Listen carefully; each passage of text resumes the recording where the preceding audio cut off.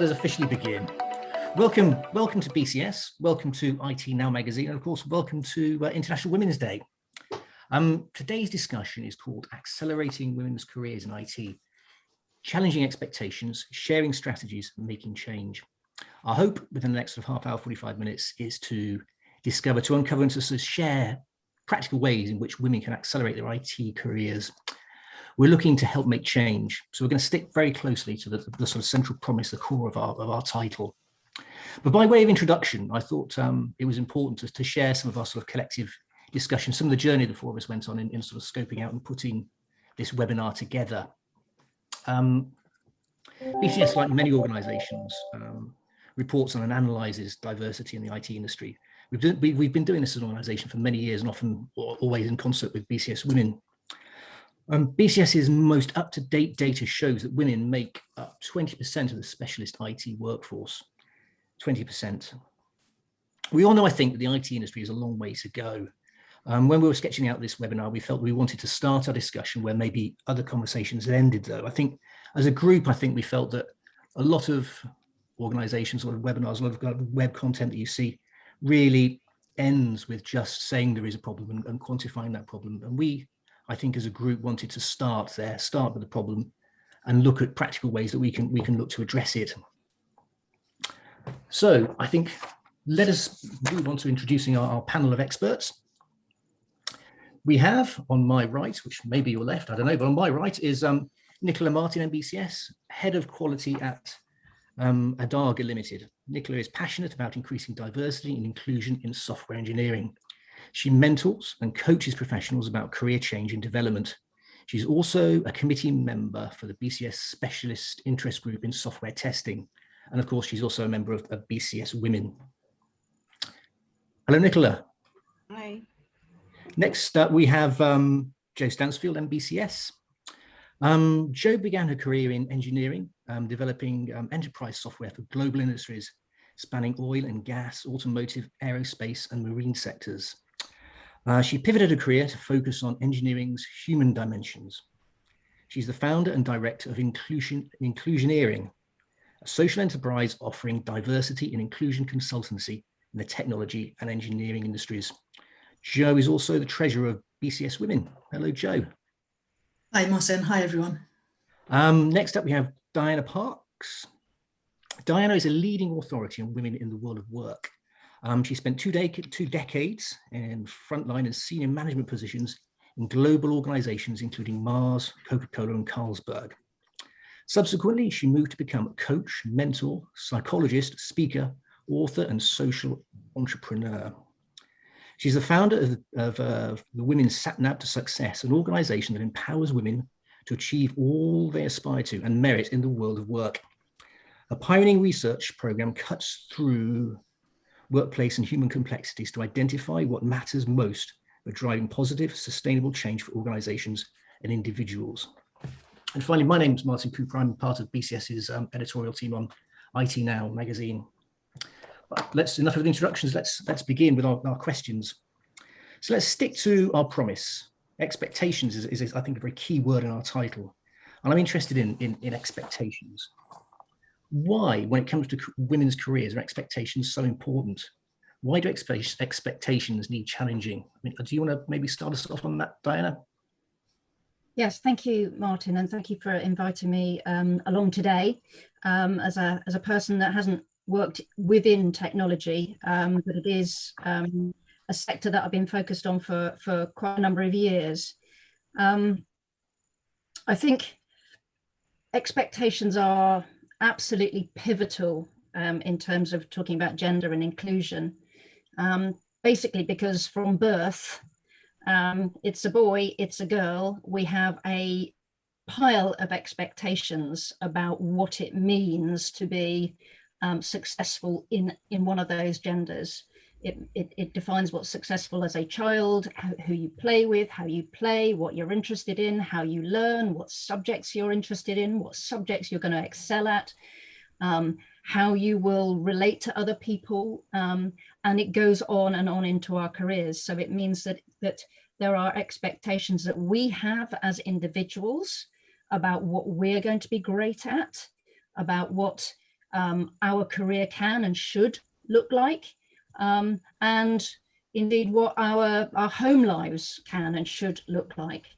And well, we are loaded with expectations personally, which will influence our own choices, may influence us away. You know, the people here listening who've opted into technology and those sorts of careers as women, that's been unusual because they operate in a sector where it's expected that men are the more capable. So they've opted into something that in itself makes it unusual.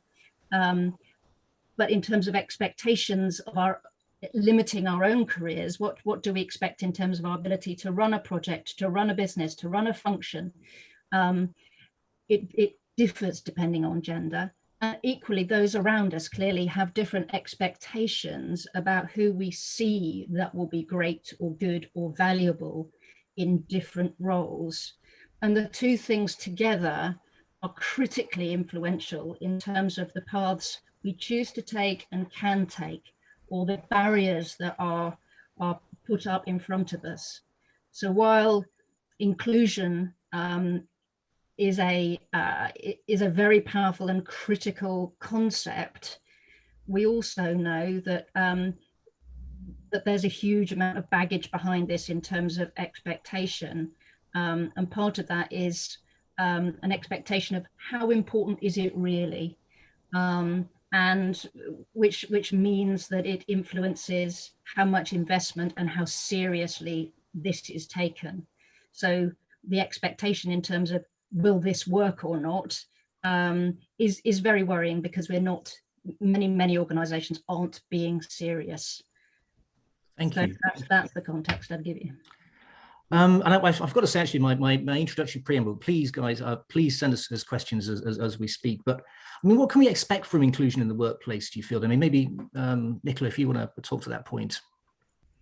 I mean, obviously, carrying on from what Diana was saying, I guess it depends on what we expect organizations to do in terms of inclusion. It depends on the size of the company, depends on you know, what a company does.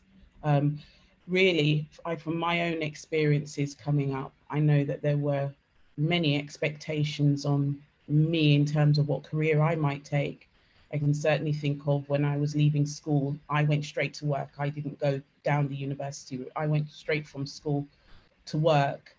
There was an expectation that I wouldn't maybe move into an IT career, but that I might move into something, you know, admin related or secretarial, or, you know, I ended up going into conference organizing before I went into IT, but I'd actually set out with a view to being a scientist. So I had a different pathway, but the expectations were different for me at the time when I was leaving school and going into work. Moving on from there, obviously my whole career has changed and it's a completely different direction, but I still see the problems about expectations of women coming into IT careers, for example, and how companies handle that really depends on their you know, approach to inclusion, whether or not there's something that they're passionate about. Is it something, diversity and inclusion, something that's really top of their list of things that they want to try and tackle? Yeah, that's really my viewpoint on it. It really, whether or not companies are putting money into it, whether or not they're really passionate about diversity and inclusion, will really influence whether or not, you know, companies take that subject seriously. And obviously in the last year, companies have taken that subject seriously, because we've had like Black Lives Matter protests last year, the death of George Floyd. These things have put diversity and inclusion front and center for companies, because they know that their employees are now thinking, do the companies we work for really represent us? And, you know, are they really concerned about those matters? I guess Joe can probably talk more to that, yeah, than I can. Yeah, thanks, Nicola. I mean, actually, I've found that, you know, just like you, I've seen a big increase in firms really taking their responsibilities for diversity and inclusion much more seriously over the past year with COVID and with Black Lives Matter events. I think we're really reaching a point where organisations are beginning to see the importance of inclusion to build their workforce and to really be there, to support people and also to be able to achieve, the best they can with it. So my own experiences actually mirror Nicola's quite a lot, being a woman in a tech team, quite often expectations of you don't match your own expectations of yourself even, and you can feel, somewhat channeled down what possibilities they are and how you can work. And actually, as I've shifted towards my human focus, as you introduced, Martin, that's something that I've done some quite detailed research about, looking at agile tech teams and how self-organizing teams can really act to reinforce the expectations that people come into the team with. So if someone comes into a team with a particular set of expectations that either others or they themselves bring in, actually what tends to happen is as tasks get assigned, that person gets reinforced and reinforced as the person who is the expert in that thing.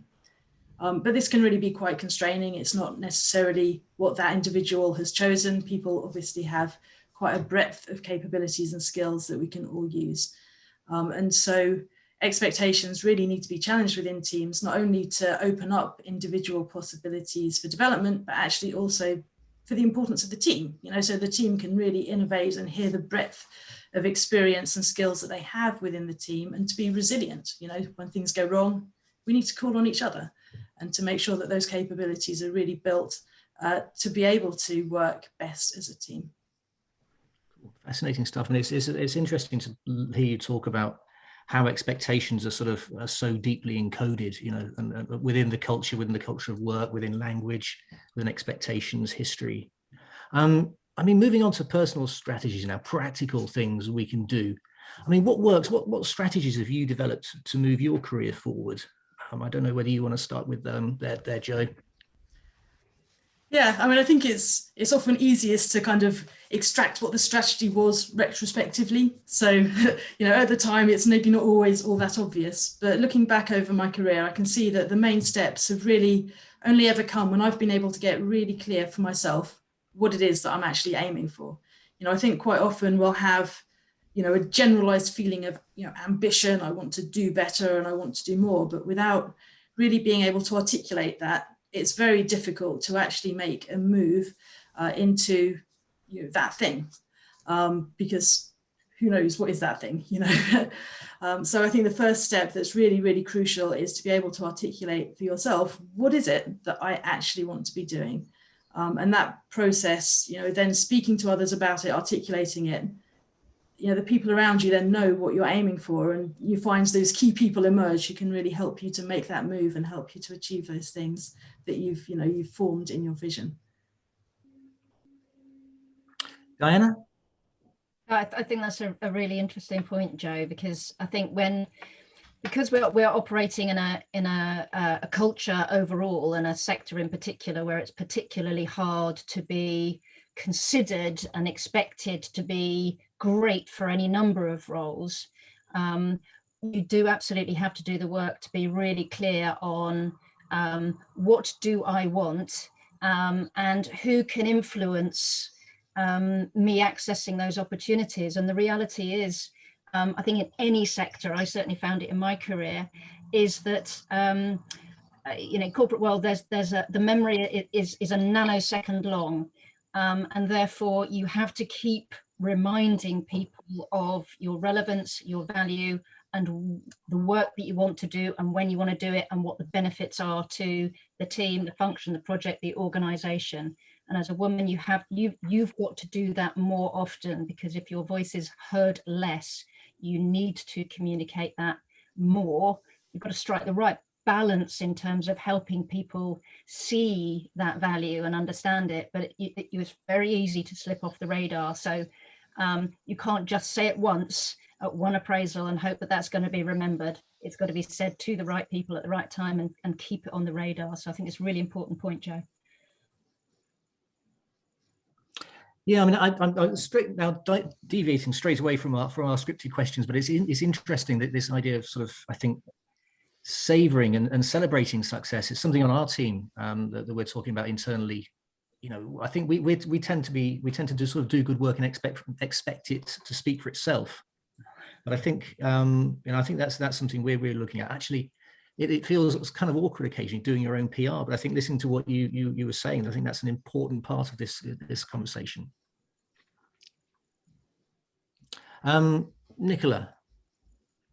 Yeah, I was just, as they were talking, I was just thinking about my own experience, and I've mentioned to you all before that I used to contract. I contracted for a long time and worked as a consultant as well. So I was really responsible for my own career strategies and how I would move forward. And for a long time, it actually wasn't so important what role I did, as long as it was in the area I wanted to work in, which was testing. But it was more important to me that I got to work on, you know, really good projects that I would be able to gain a lot of experience from and learn a lot from, and to work with people who I thought I might be able to learn a lot from. And I could to look to them as mentors, if you like.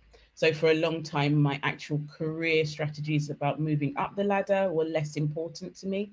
It was more about the type of project I was working on. And that was key for me for a long time. But over time, that's changed. And, you know, in terms of my own career strategy, I realized that it's really important to network. It's really important also, now that I'm at the stage that I'm at, to be able to help others. So, you know, mentoring and coaching is really, really important to me as well. And being able to impart some of my experience, you know, to others when I'm mentoring is really key, because I think that people coming up really, really need that support that I'm finding when I'm speaking to people, that they tell me over and over again, they're not getting that kind of support from their workplace, from their managers. And so they're unclear how to progress their careers forward. So I try to help them to build a plan, you know, to be able to do that, whether that's through upskilling, whether that's through you know, mentoring with specific people who have the skills that they might need, you know. And I find that really, really pleases me more now than really looking at my own career and saying I want to, you know, be in leadership or something. Being able to give back. I think Joe called it, did you call it the human factor, Joe? I think I did, yeah. Yeah, that's, for me, it's become really important now. And I'm finding joy in my career from being able to do that for other people. Wonderful. There's an interesting topic, the whole topic of mentoring, because I think it's certainly seen as a really important strategy to bring women up and through. But our research has shown that mentoring can be very, very variably delivered. So where it is done well, you know, in the way that you describe, Nicola, it's very powerful. But in a lot of organizations, it's done very poorly. And in a lot of organizations, it's done by people's line manager. Yeah. And clearly, if you are a line manager, you have an agenda from that individual. So a mentor has to be from beyond your immediate deliverables into the organization. But I think also what's been seen from a lot of research in this area is sponsorship, being championed by somebody senior in an organization, is absolutely vital as well. So in order to connect you to the opportunities that you can't be there to hear about or see, so they can put you forward. And an interesting thing about being championed is that for those who feel that they're not quite ready for something, and which is an effect of being valued less, there is a champion, a great sponsor will see your potential, and they will put you somewhere where you can succeed, and you will succeed even though you think that you're not ready. So you are parachuted into an opportunity, and you find, oh my God, I can't really do it. Not only can I really do it, but I really love this. And it can really, really accelerate your progress, because it gets you to doing the stuff that you should be doing right now. And your long-term boost to your understanding of your capability and potential is invaluable. Wonderful. Thank you. Thank you. We've talked about then personal strategies. I think maybe we could move on and talk about kind of corporate level or business level strategies, and I'm interested in your views on the strategies that you've seen organizations deploy. What have you seen works? Which organizations are getting this stuff right?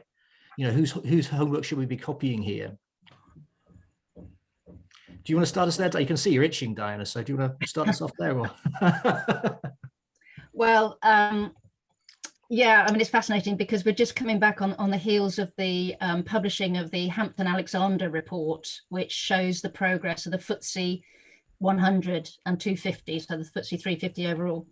And that was set in train back 10 years ago now, when Lord Davis was appointed to look into why are there so few women on the boards of the FTSE 350.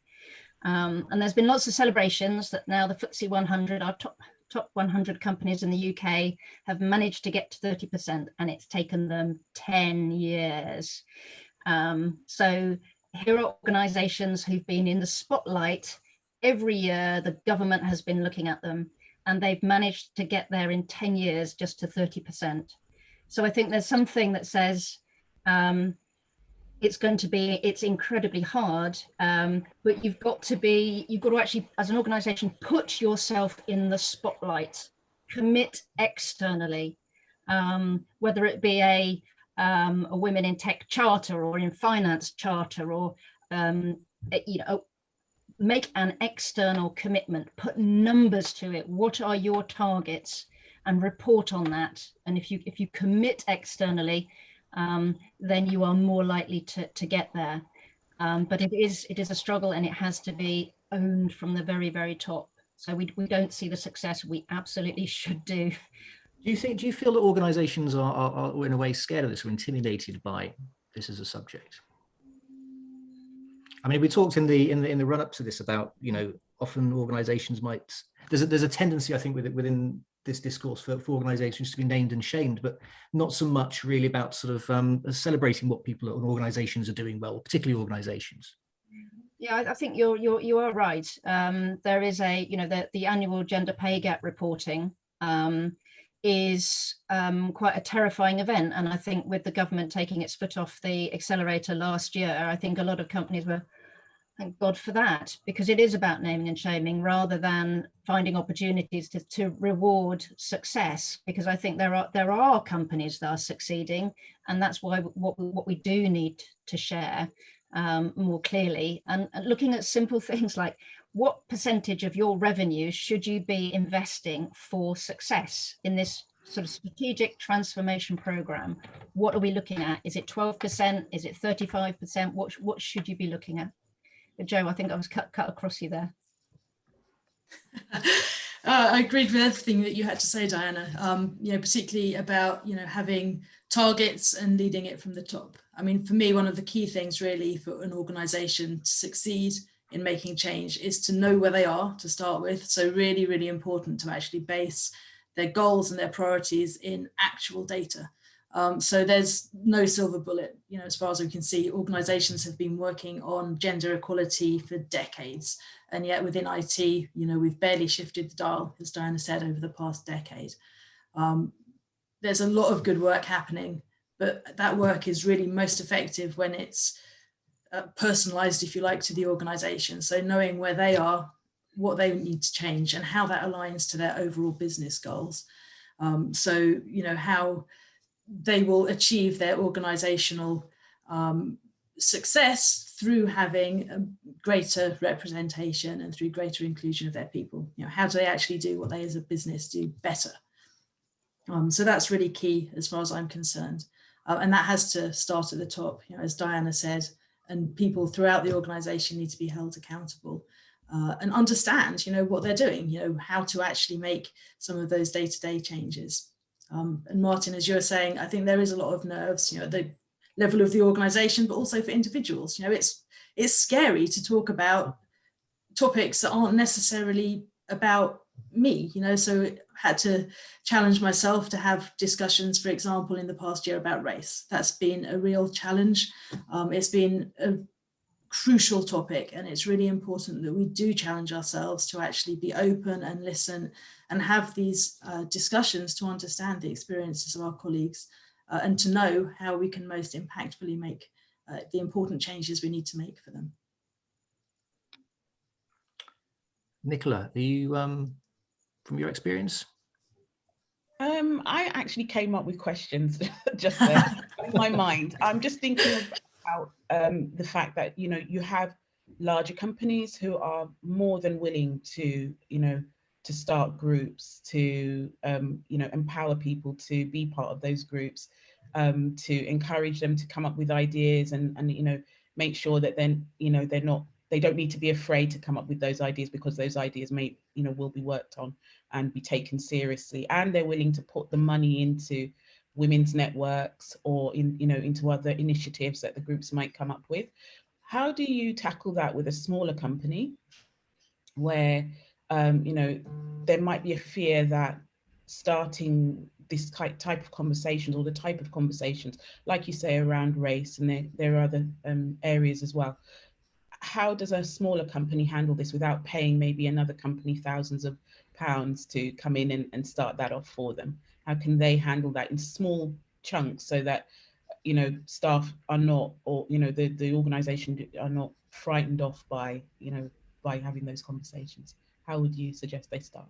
I think it's worth coming at it from the other end of the telescope, because I think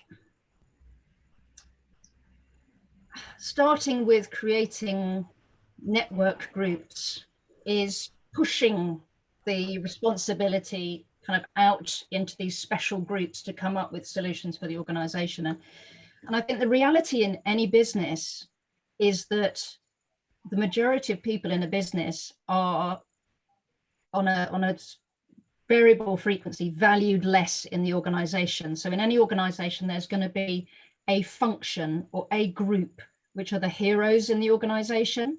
So it might be engineering, it might be finance, it might be sales, who dominate the day-to-day agenda, who will dominate airtime, dominate budgets, dominate decision-making.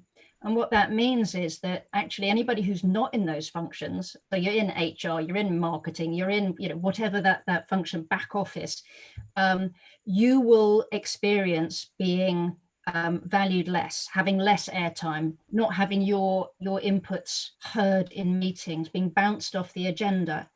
And what that means is when you think about it that way, when everybody can connect to being in a meeting and having a point to make and actually not being heard, and everybody can connect to how disengaged we then feel. Well, what's the point? And I think if we can come at this from a point of view of actually, while there are highly recognized groups that we value less, in everyday working life, there are functions, departments, teams, locations, levels that we value less. And if we can't build in the habits to think about who should we include at what point of the thinking or the planning or the meeting work or the taking it to market, if we can't build those habits to make that happen, we can see clearly that we're not going to perform well as an organization. So when we connect it to actually, it matters to me as an individual because I know I've felt excluded, then we can build, then people can own the whole thing because it really affects everybody in an organization, not just special groups. And therefore, if we can see it and own it as actually to work really well as an organization, for us to thrive as an organization, we need to build the habits to make sure that actually we need to involve back office. Actually, logistics are vital for this because we're not going to get this right. And we know that we don't tend to include them. So what habits can we build to ensure that we are planning to include the right people, that we run a meeting, which means that we create the space to listen to key contributors. So I think turning the telescope and saying, actually, we value all sorts of individuals and functions systematically less in an organization. And therefore, we're not going to thrive as an organization for individuals in the organization, nor competing in the marketplace if we can't break down those silos. And as a byproduct to creating the new habits in an organization, we will naturally include everyone. So it's a way, I think, that's really compelling for getting many, many more people to buy in. And this isn't about, oops, how do I speak to a woman? this is about, you know, how do I ensure that I, you know, bring sales in, or finance, when I don't understand how finance people talk, so I'm not going to. That's my view. Joe, have you anything to add, or? Yeah, I mean, I think a real key skill that underpins all of this is, you know, being able to have, you know, those courageous conversations, you know, I was mentioning. So really knowing how to, you know, be curious and ask questions and to listen, to understand. You know, one thing people say that often resonates with me is, you know, don't listen to respond, you know, make sure you're listening to really take in and then to understand and, you know, bring in that point of view from the other party. Wonderful stuff, wonderful stuff. Well, a final question, and then we'll move on to taking the questions that are coming in from the audience. But I think maybe as a summary, just moving around the table, I mean, what can individuals do today? You know, the minute they leave this webinar, what should we be doing? You're smiling, Joe. I think you're smiling, Joe. I think that's. I always smile. You've made a mistake of smiling. It's over to you. As I smiled too loudly. So I think really reflecting on what Nicola was saying earlier really resonated with me, actually. You know, at that point in our careers, you know, for me, where it's not just about what do I do for me, but how can I help other people? And actually, I think that's really true for all of us. You know, I think we've all got something to contribute to somebody else. There's always someone who's coming up behind what we're doing and would like to learn, you know, from someone who's just a step ahead. So learning how to be an ally to others and how to help, you know, put them forwards and put them in the spotlight and give them voice, I think is very important. So that's my takeaway. Diana? I would say that it's important to take the time to think really carefully about what I call your professional value proposition, because when we are surrounded by micro messages which tell us that we're valued less, we start to believe it. And there's a lot of talk about imposter syndrome, which is very unhelpful, because attaching yourself to a syndrome suggests that there's something innately wrong with you. And the reality is there is nothing wrong with you. It's just that we get a message that we're valued less. And if you hear it often enough, you believe it, even if it's subconsciously believe it. So to compensate for that, you need to do some tough work. It's always really hard to write your own CV, but a professional value proposition is about much more than your CV. It's about understanding, looking at the work that you do, what you deliver, what are the things that you spot and you drive. Why do you see those things? Why do you know those are important? How do you make things happen? What is it about you that makes it possible for you to do and deliver both your main role and responsibilities, but also those other things that you spot? What are the competencies that those imply, and what's the value of those things to the stakeholders across your organization and beyond your organization? Because when you start putting the value, what are the millions of pounds that you identify in that project, setting it up, running it and delivering it? What did that actually deliver, and what's the difference that made? And when you can articulate that and you can see it written, then you will grow in status, because you can see how much your value is and also what your potential is. And that can link to what both Joe and Nicola have talked about in terms of what does it mean in terms of where you can also go. So you can map your potential from there and then start networking what that means. Excellent, excellent stuff. Nicola, have you got anything to add, or? Yeah, I mean, Diana's, you know, was saying about being able to map out and to network, you know, and to work out whether or not, you know, what your value has been, or what value you've added to a project, for example. I think that's really important. And I think during the current year that we've had, people being in lockdown, people are really looking at their whole careers and where they're going, what they want to do next potentially, or where they are right now. And, you know, they should really make sure that they don't lose some of the benefits maybe that they've gained during this time of being able to look at their career and what they've achieved. Don't lose any of that now, as we probably will end up going back towards something that's nearly normal in terms of how we've been working before. Make sure that you continue to invest in yourself. Make sure that you do continue to care about your career.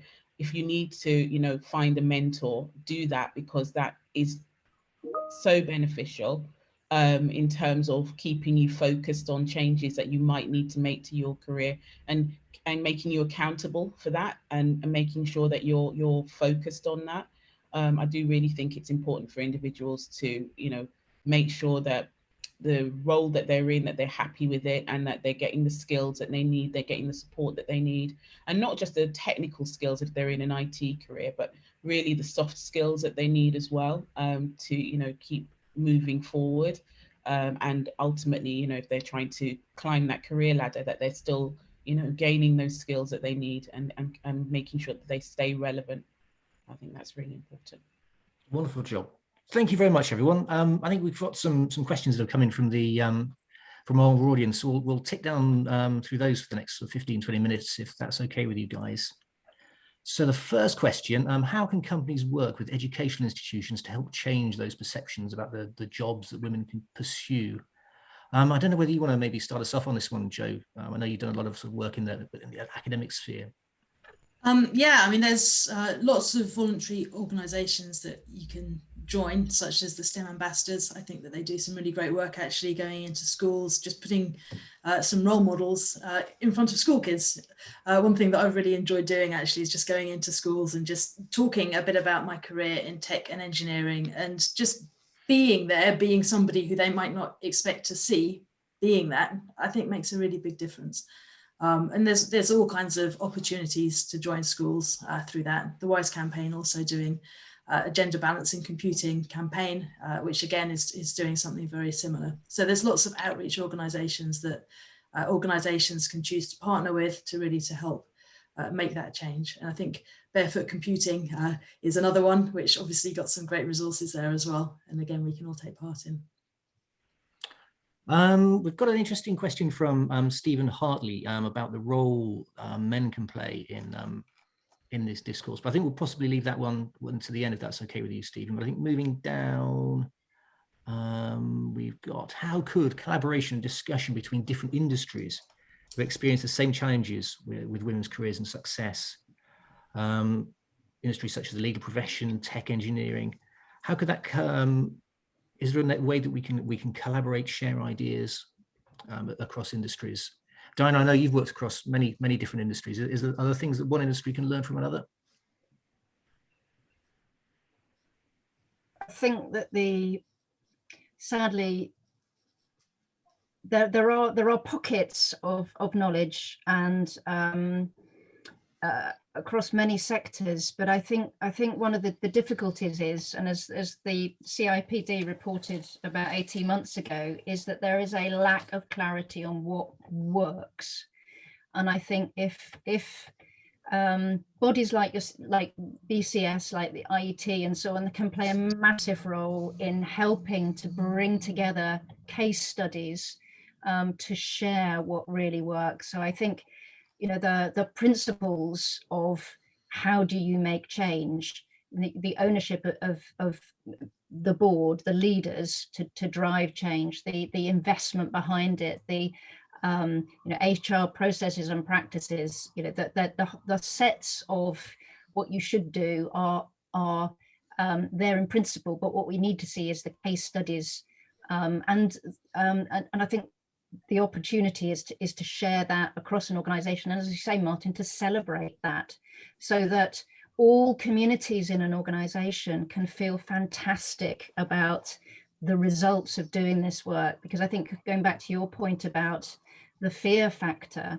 if we can see and hear the benefits of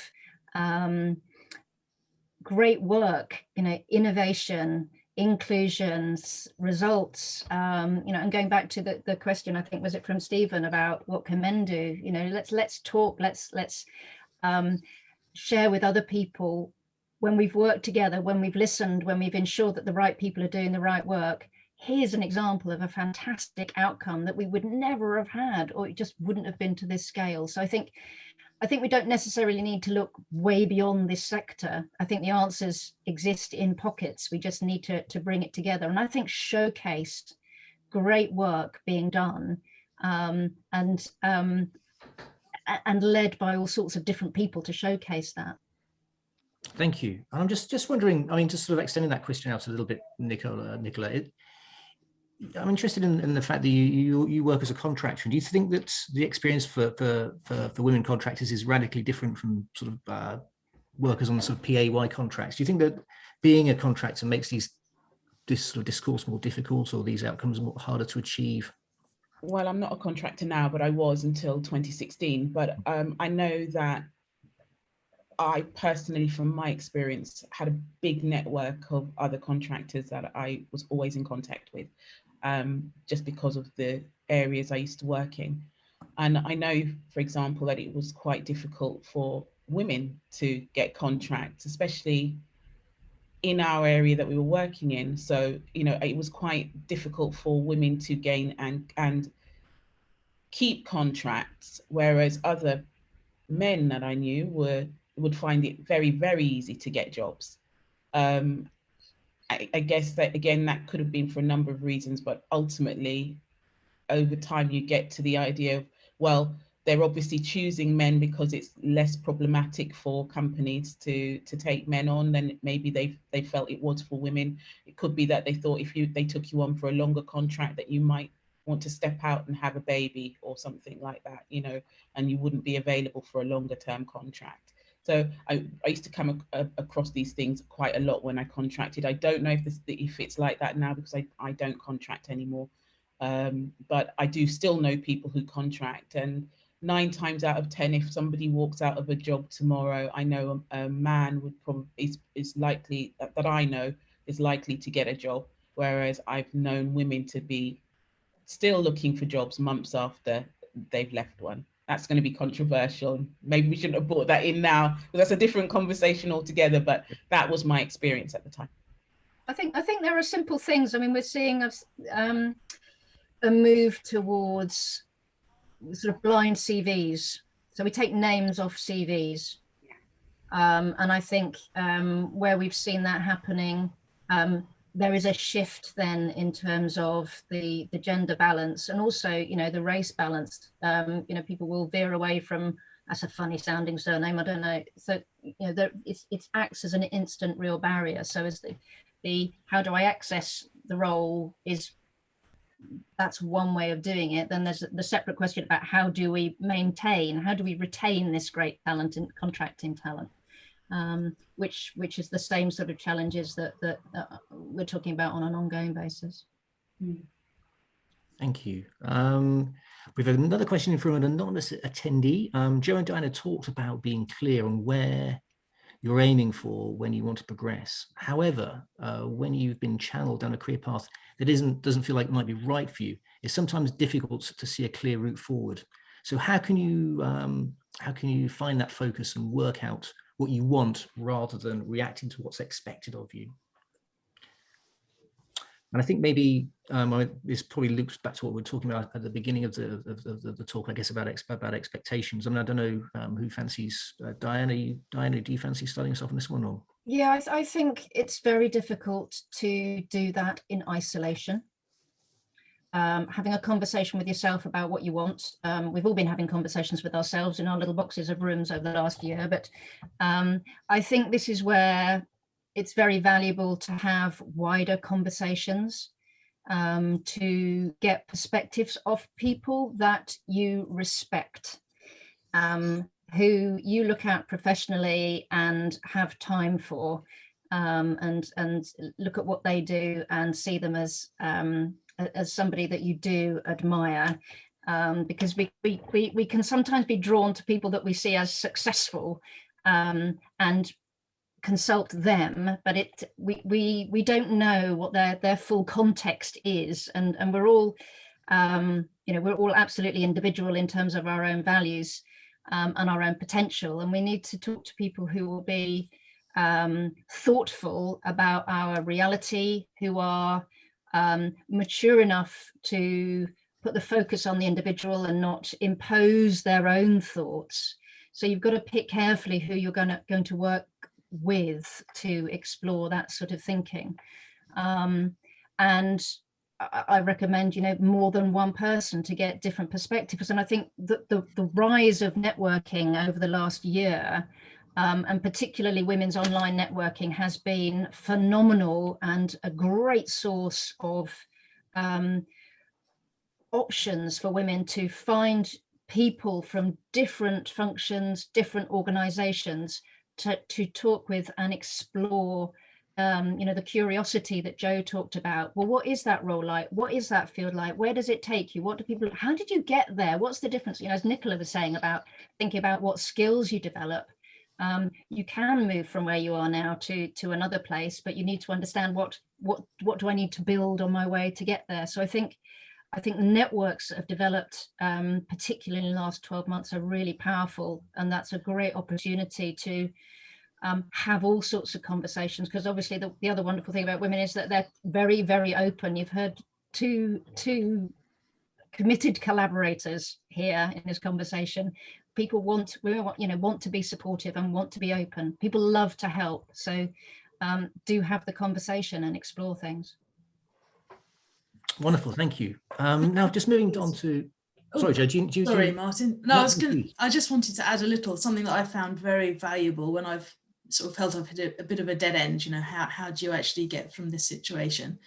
And I kind of had a bit of an eye-opening moment, really, which was when I realised something Diana was talking about our own values. Can actually be quite a resource that can help us. So really being able to identify, what are the things that I really value, and shift that internal monologue. Like Diana said, find someone to talk to about it. What are the things that I really value? Where do I want to be putting my energy? What is going to really be positive for me, and what strengths can I use that I've already got that are going to help take me there? I think those are all really important questions to be asking yourselves and with your mentors that you find. Wonderful, thank you. So maybe we just sort of close out on Stephen's questions. He says, as a man working in a relatively senior position in technology within the rail industry, 2 male-dominated domains, I would be interested to hear the panelists' views on what I can do to support women in the workplace to show what they can do and reach their full potential. Now, I will confess, actually, when we're putting this webinar together, feeling quite awkward myself as a man. I mean, it's, on a day like this, I must confess, I felt like really I shouldn't be facilitating this webinar. So again, Stephen's question really resonates with me, so I would be interested to hear your views on this very much. So maybe Nicola, do you fancy opening up? I think it's really important to have allies.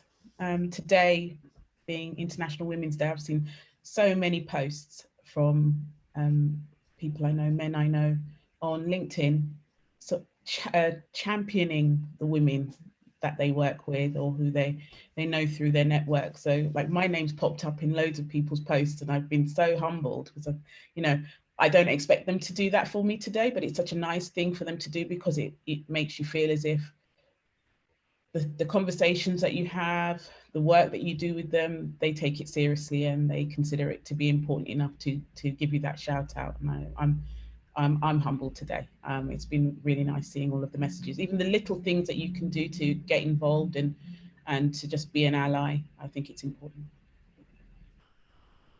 Diana, I can see you smiling, Diana. I think, yeah, I mean, absolutely what Nicola has said. Curiosity as well, the word that Joe used, is really, really important to, challenge your own expectations of the people around you. Be curious about, you're doing this role, is there anything else, what are you interested in, where are you, what sort of other things do you, motivate you, excite you, where do you want to go? Because we can, Joe's research is amazing in terms of identifying how we can be funneled into roles that aren't really what are going to be the most thriving sort of opportunities for us, and to have allies who will check them, where are we, and actually what do you want, where, are we doing the right thing by you, where do you see yourself going? And actually I think from my own career perspective, be an ally in the good times and the bad. Because if you see somebody that has been overlooked, has been underheard, has had an opportunity go to somebody who is not the perfect fit, but is a different gender fit, speak up, because your voices are valued more, you are heard more. You know, be an ally when the chips are down, as well as when it's a sexy, interesting day like International Women's Day. Let's do it 364 other days a year, please. And thank you, Martin, for this great work, because, you know, you've hosted it brilliantly. And actually there's a lot of value in just asking the open questions. You know, I don't know, what's it like for you? And I think you've done that brilliantly. So I thank you. Yeah, it's certainly been a real kind of learning experience for me, particularly that notion of allyship. I will confess, before we started working on this project, I must confess I'd never encountered or considered that before. So it's been, from my perspective, you know, a fascinating discovery. I mean, Jo, is just before we close out, is there anything else that you'd like to sort of add to that point? Yeah, to Stephen's point and his question about, you know, being a man in a very male-dominated industry, you know, what can you do? Well, I think, you know, in that situation, you're very likely to find yourself in the room with a lot of men very often. One thing you can do is to ask yourself, whose views are not being represented here? You know, how can we help to bring those views in? You know, what can I do to be inclusive of the people that I can see are in the organisation around me, but are not getting a place within this particular forum? So there's a really important role for men, you know, to show that allyship and to help bring in the people in the underrepresented groups into those decision-making places that will really actually shape the decisions that are made and the outcomes that we get from it. Fantastic. Well, thank you very much for everybody. Just looking through my notes, I've been doing a kind of word cloud as we've been going along. And the words that have come up a lot are the value of networking, the need for collaboration, championing, role modeling, mentoring, and again, my favorite word, or my big learning from today is the notion of allyship. And I think for me, those words, networking, collaboration, championing, mentoring, and allyship, really are the summary, I think, that I can take away from this. So thank you, Jo. Thank you, Diana. Thank you, Nicola. Thank you very much. Thank you, guys. Thank you. Bye. Bye.